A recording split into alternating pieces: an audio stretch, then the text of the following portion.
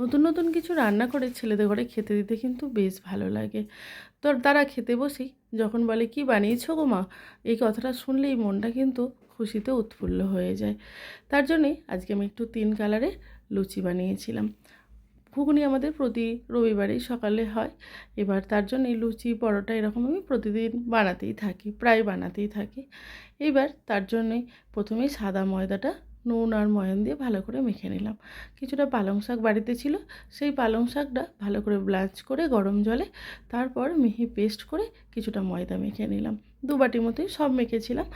আর তারপর কিছুটা বিটরুট খুব মিহি পেস্ট করে নুন দিয়ে ময়ান দিয়ে কিছুটা 2 বাটি ময়দা আমি মেখে নিলাম। এবার সেখান থেকে বড় বড় লেচি করে তারপর বেলে নেব। রুটির মতো বড় বড় করে বেলে নিয়ে 3 রঙা এই রুটিগুলো পার্ট বাই পার্ট দিয়ে দেব। দেওয়ার পর এবার একটা রোল করে নিয়েছিলাম। রোলটা ভালো করে হাতের সাহায্যে একটু ঘুরিয়ে নিতে হবে। তারপর যে জয়েন্টের মুখটা আছে সেটাকে খুব ভালোভাবে মিশিয়ে দিতে হবে, নাহলে একটা কাটা কাটা দেখতে হবে। তারপর সেখান থেকে ছুরির সাহায্যে হাফ ইঞ্চি করে আমি কেটে নেব। কেটে নিয়েছি, যেরকম লেচি হয় লেচিগুলো তৈরি করে এইবার বেলে নেব। যেরকম নর্মাল লুচি আমরা বেলি সেইভাবে বেলেই কিন্তু ভাজবো।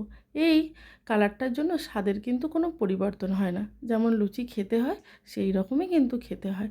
দেখতে একটু সুন্দর লাগে, সবুজ লাল সাদা একটা কালার তৈরি হয়।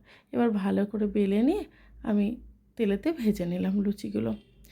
ছেলেরা যেহেতু নিরামিষ খায়, বাইরে তো খায় না, তারা যা খায় বাড়িতেই খায়, সেই জন্য তাদের একটু রকম রকম রান্না করে দিলে আমারও মনটা খুব খুশি হয়ে যায়।